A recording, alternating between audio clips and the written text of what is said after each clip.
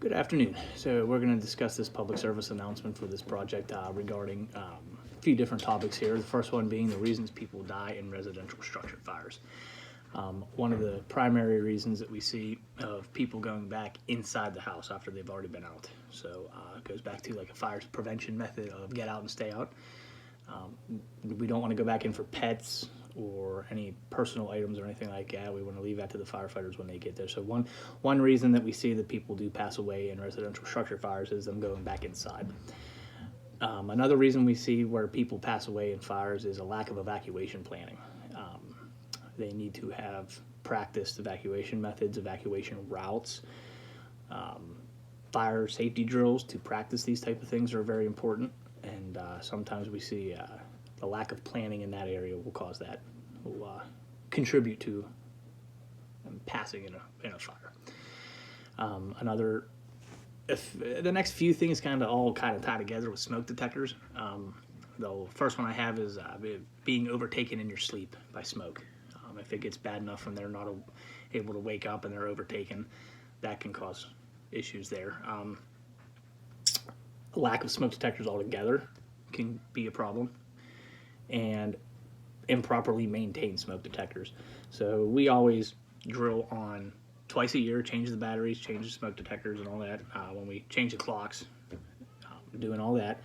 A lot of the rental units we see in my department, like the low-income rental units, don't always have smoke detectors in them. So it comes back to a public education thing, educating the public about smoke detectors, their purpose, and what they can do for us.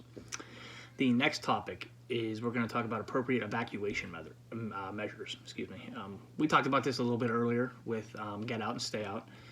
We want to make sure that we have an evacuation plan in place, prepared ahead of time.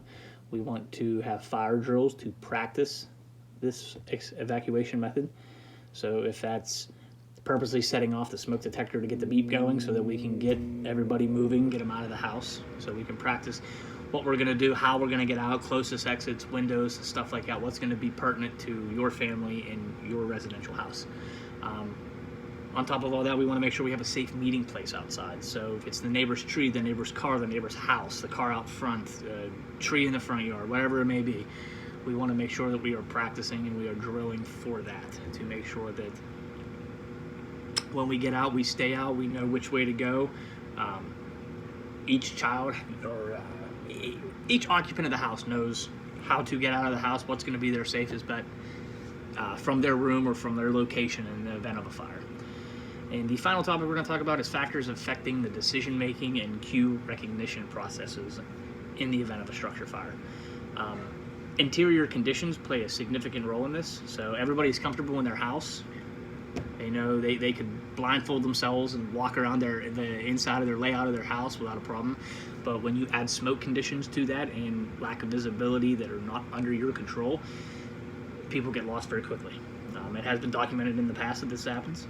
So interior conditions play a significant role in the decision-making process. So with the deteriorating conditions, with increased smoke, with limited visibility, heat, the superheated gases, at that point, if we get that far into it, it's completely disorients people and can absolutely, when panic sets in at the same time, so you have a lot of factors that are just not working